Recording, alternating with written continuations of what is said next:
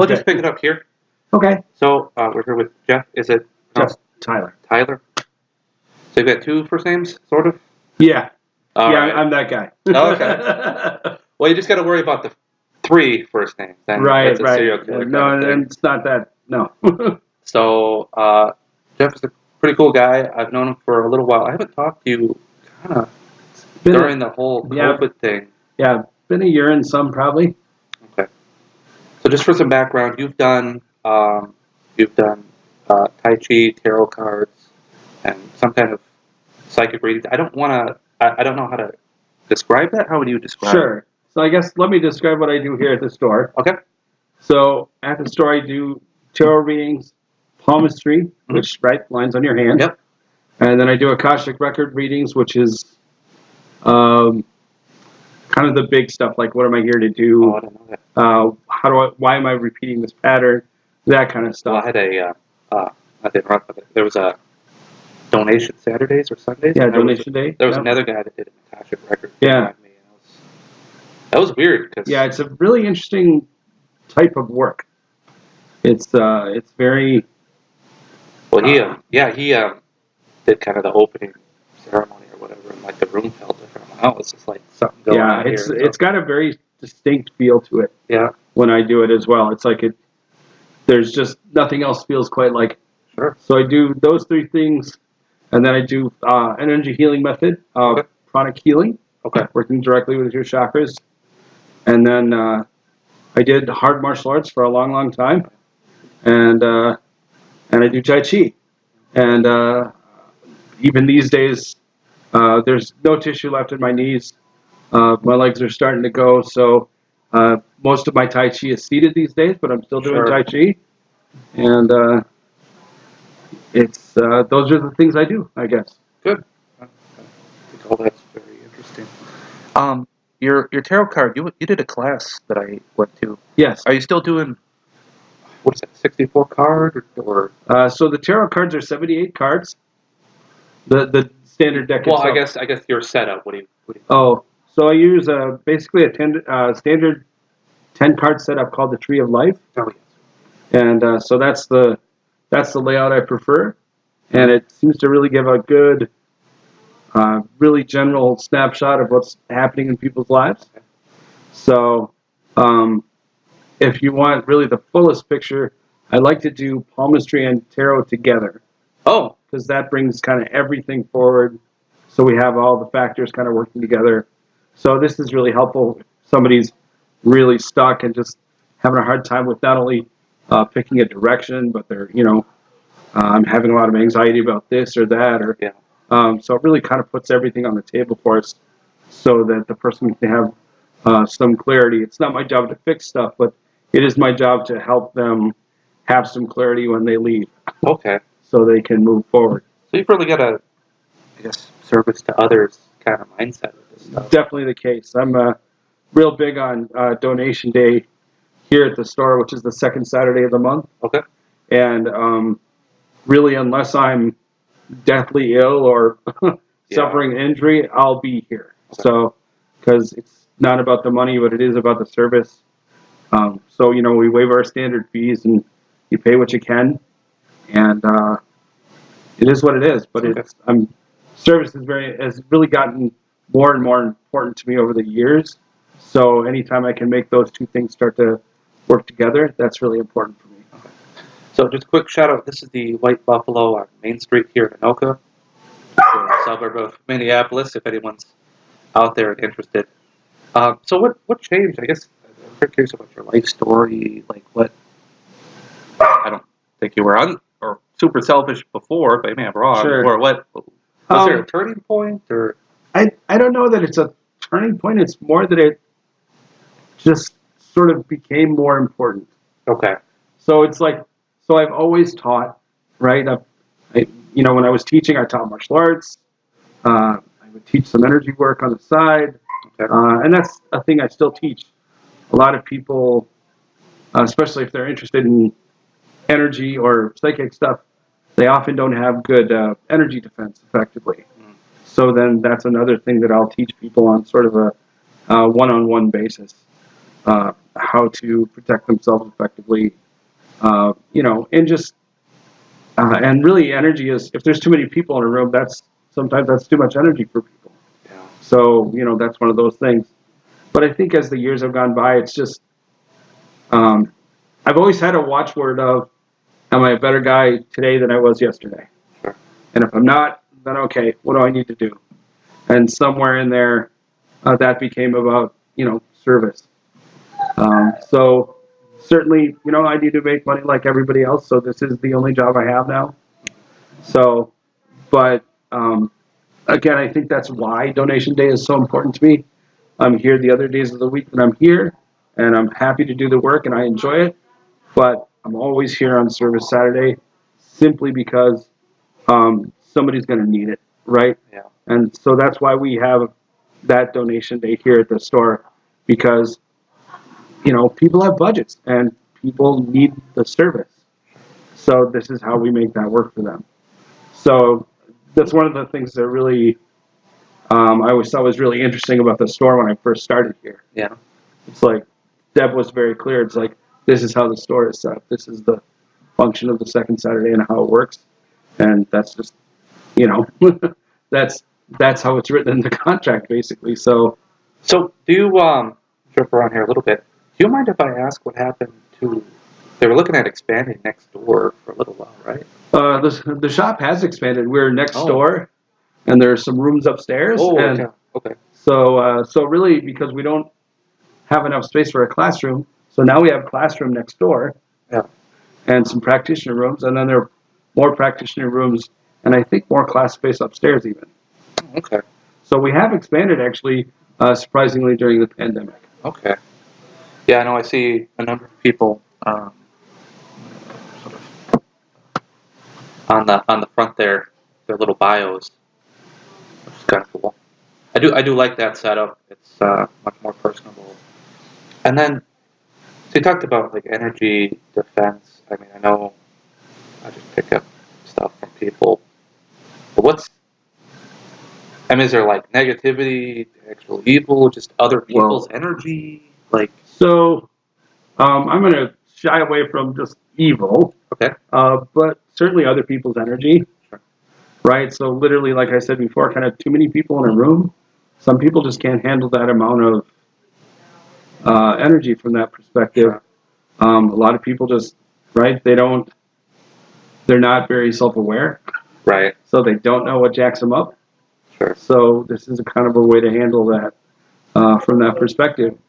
When we look at the fact that if we take the assumption that information is energy, now it's a pretty interesting thing, because we're taking in information all the time, right? just us speaking, Right, body language, and all of that, as all of well those as things, right, as well as the fact that I'm carrying a phone, it's got a battery in it, all of those things. I mean, sure, so I'm not all scared about EMF or any of that, but it can be a factor depending on your sensitivity level.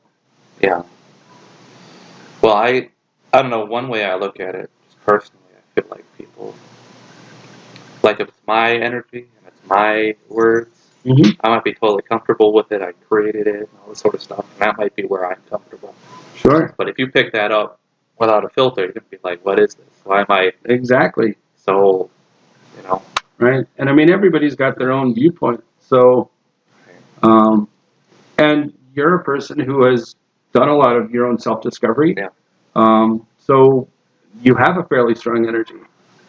And we know each other. Yeah. So it's no big deal. But if I didn't know you, it's like, oh, that guy's got a strong energy. So I'm not going to say I'm going to be nervous about it, but it's going to stand out in my environment. Gotcha. So, because really at the end of the day, everything is energy for me. Okay. I mean, it all kind of boils down to that. It's all, what does this feel like? So everything is kind of a feel deal. Gotcha. And now you said hard martial arts. I know you did Taekwondo. It's actually Tung Sudo is what it's called. Tang Sudo. Yep. It's one of the other major arts that comes out of Korea. Okay. Well, okay, since I don't know what I'm talking about. Talk to me about that a little bit. Like, is it a different lineage and It's the a different purpose? it's a different lineage. There's a depending on what you read martial arts history wise, there's a point where Taekwondo and Tang Soo Do are the same.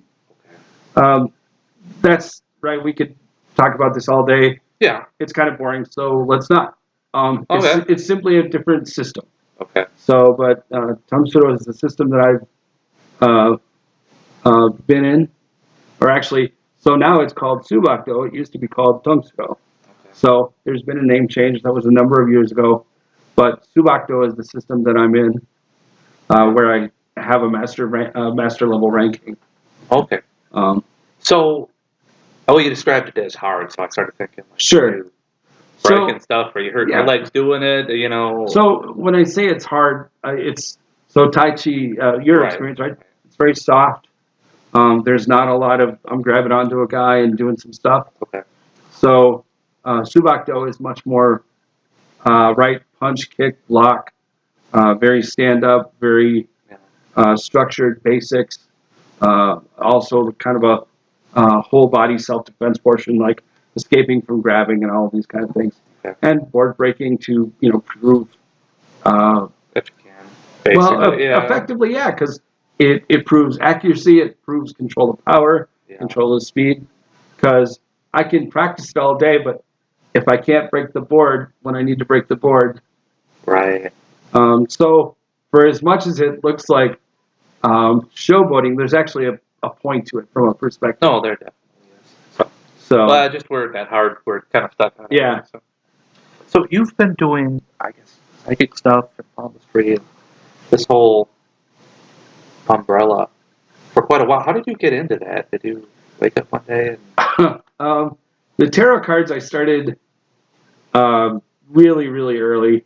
okay. My mom had a deck of tarot cards, and she threw them in a box because they were dumb and they didn't work. Yeah. I was at that age where you're just contrary to your parents. I'm like, well, I'm going to make these work then. Sure. And the more I played with them, it's like, oh, there is kind of something to this. Yeah. And then, kind of about the time I was 25 and going through college, it's like this just kind of became the direction that things were going in my life. So tarot cards, palmistry. And things just kind of open up for you, or do you feel pushed? I met kind of my instructor basically, but it's like things kept happening where it's like, hey, I heard you read tarot cards. Will you give me a reading? So, in the early days, there's a lot of barter. Okay. Right? But so from the time I was about 25 till maybe 30, there was a lot of just barter back and forth, but everything for, portions of rent to what have you. I mean, yeah.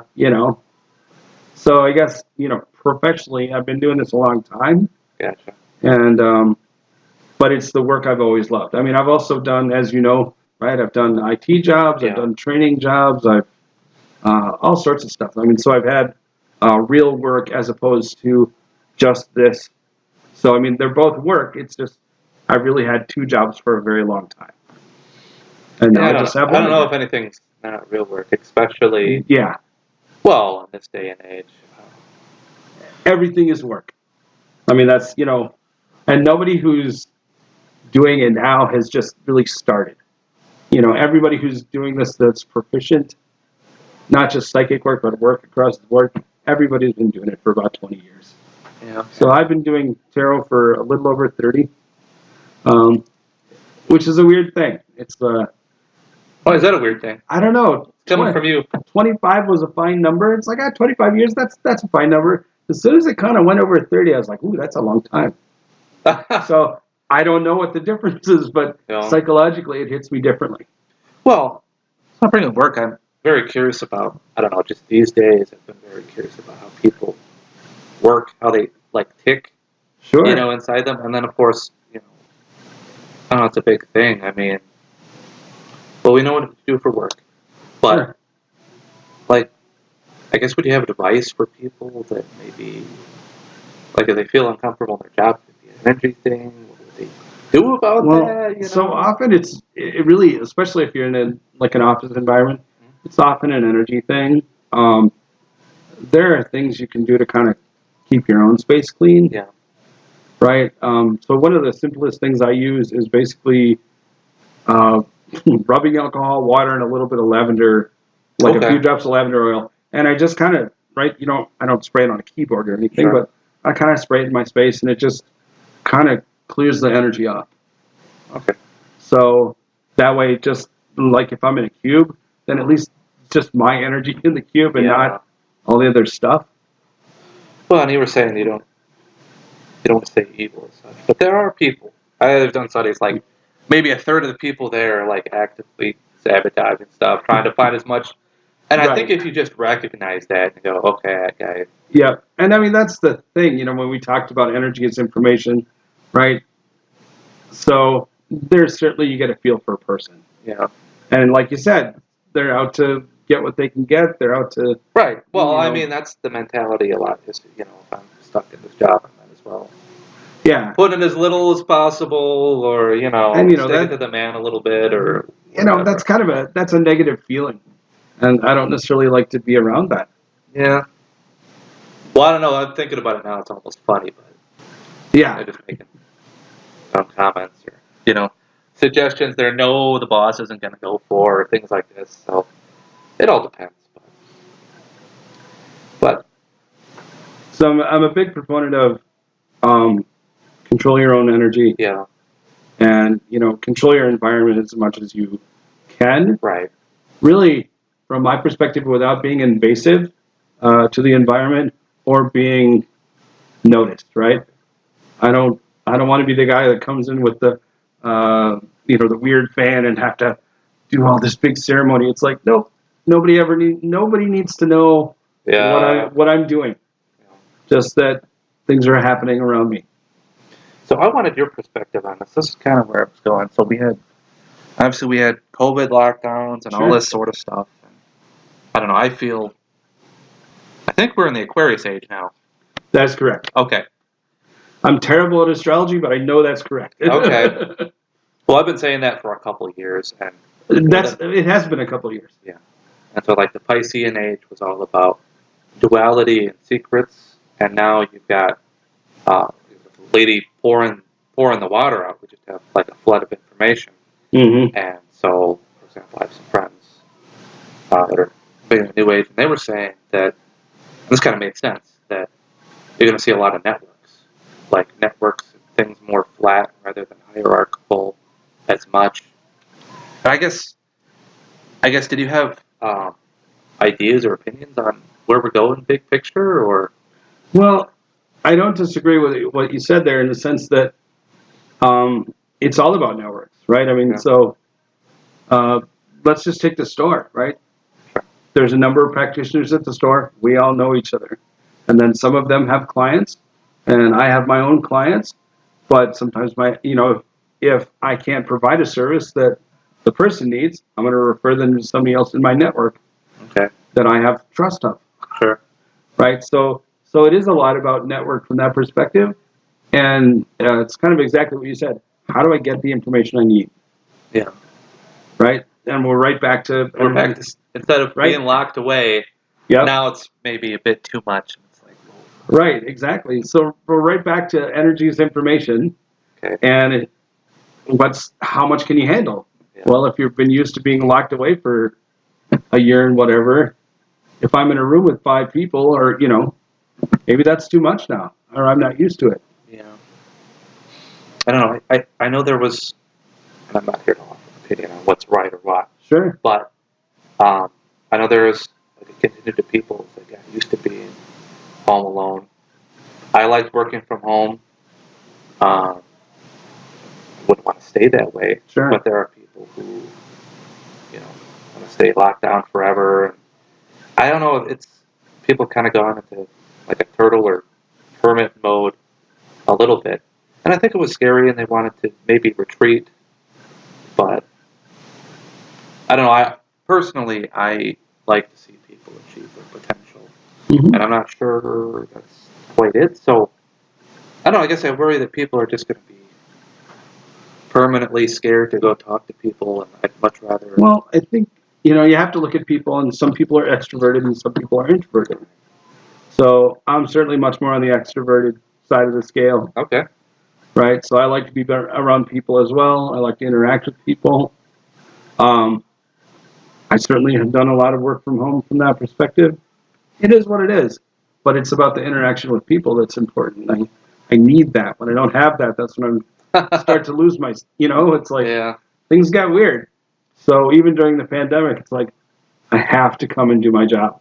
Yeah. I need that interaction. Well, I guess if it's the way the winds are blowing, I can't really control it anyway. But I just, Sure. obviously I'm looking out there. And, Well, I think we have to. Again, you have to start to identify the person you are. sure. It's like if you're more extroverted, then what can you do to serve yourself Yeah. in a way that keeps you healthy, right? Me locked away at my house for 2 weeks in a row, that makes me crazy in a hurry, right? Because like I said, I'm pretty extroverted. Yeah. So, That's but funny you bring it up. I used to be very introverted, and then, very long story short, a whole bunch of interesting stuff happened, right? sure, And then I'm like, oh, people are really interesting, and I can see how people might think I'm extroverted these days. It's all relative too, sure. So, You're more extroverted now than when I first met you. I'm sure that's true.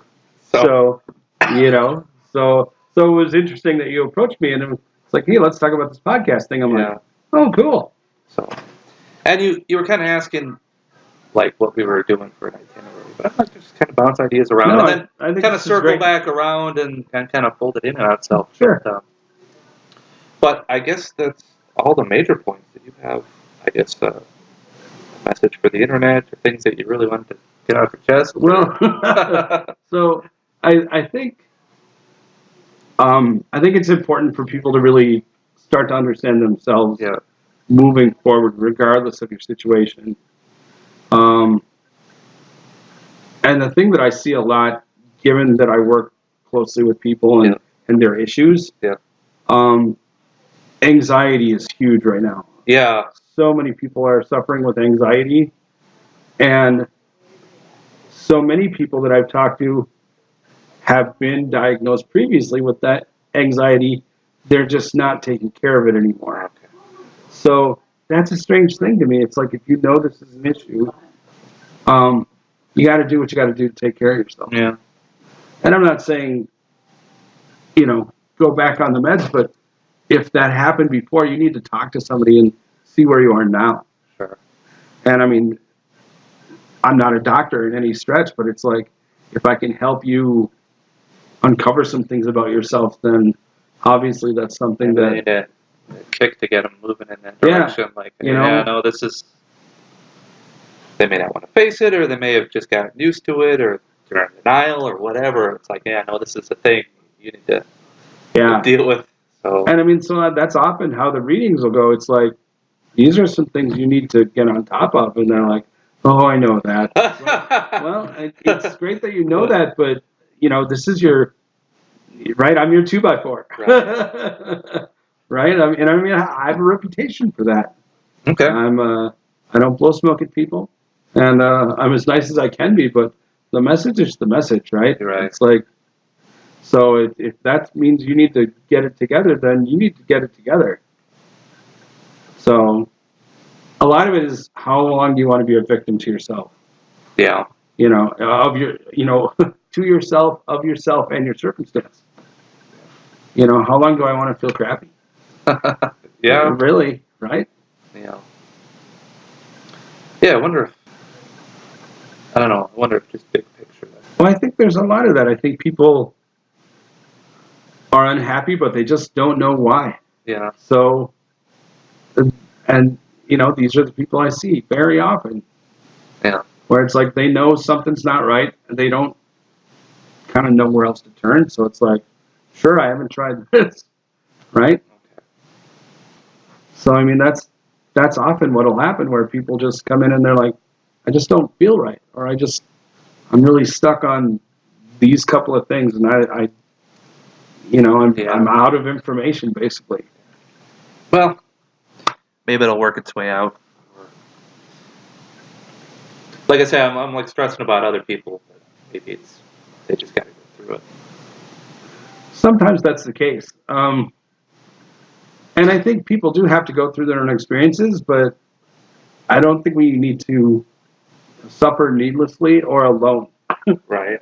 Right? And I think that, when we get stressed out or the anxiety is too much and we start to shut down, that's when the world closes in. How do you mean closes in any? Like just Well, psychologically, like Well, right. I mean, it's like, well, once I'm, you know, locking my doors and closing myself into my house, it's like, well, I can't really go anywhere and ask for help because, I mean, it's like once you isolate yourself, gotcha. it's easy to stay isolated, and it becomes much more difficult to reconnect with people that you've had in your I life see. and get fresh things going. Well, I think that's all I really wanted to ask. Okay. You want to cut it? Yeah. Cool. Thank you.